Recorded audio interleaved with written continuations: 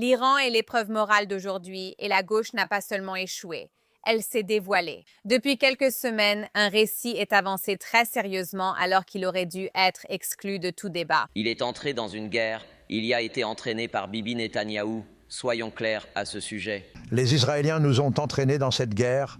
Nous avons aussi entendu cette stupidité de personnes comme John Kerry, qui a vite blâmé Netanyahou alors qu'il n'était même pas Premier ministre d'Israël quand Bush était président. Oui, il voulait que nous frappions.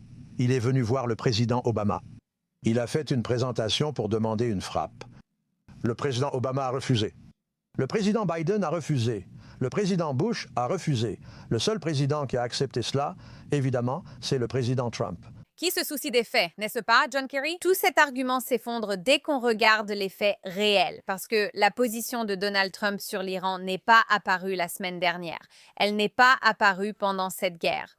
Et elle n'est pas apparue à cause d'Israël. C'est un fil conducteur qui remonte à des décennies et qui est documenté par ses propres paroles et actions. Regardez ce qu'il a dit en 1980.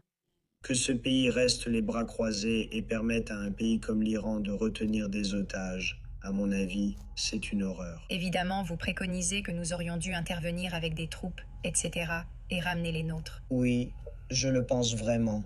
Je n'ai aucun doute là-dessus. Je suis très déçu que nous ne l'ayons pas fait et je ne crois pas que quelqu'un nous en aurait empêché. 1987, lors d'une autre interview avec Trump. Pourquoi ne pas intervenir et contrôler une partie de leur pétrole situé près de la mer? Comment agiriez-vous? Enverriez-vous les Marines ou risqueriez-vous une guerre? Vous intervenez. Comment agissons-nous? Vous risquez une guerre en étant faible. Ce pays a déjà trop perdu à cause de l'Iran. Eh bien, voilà. En réalité, lorsque vous reprenez cette grille de lecture, vous n'analysez pas la guerre. Vous renforcez exactement le récit, Kamala, que le régime essaie lui-même d'exporter. Et vous l'insinuez. Cet historique de 40 ans du président Trump serait d'une certaine manière lié à Benjamin Netanyahou, une personne que Trump ne connaissait même pas à l'époque. Ça ne tient pas debout.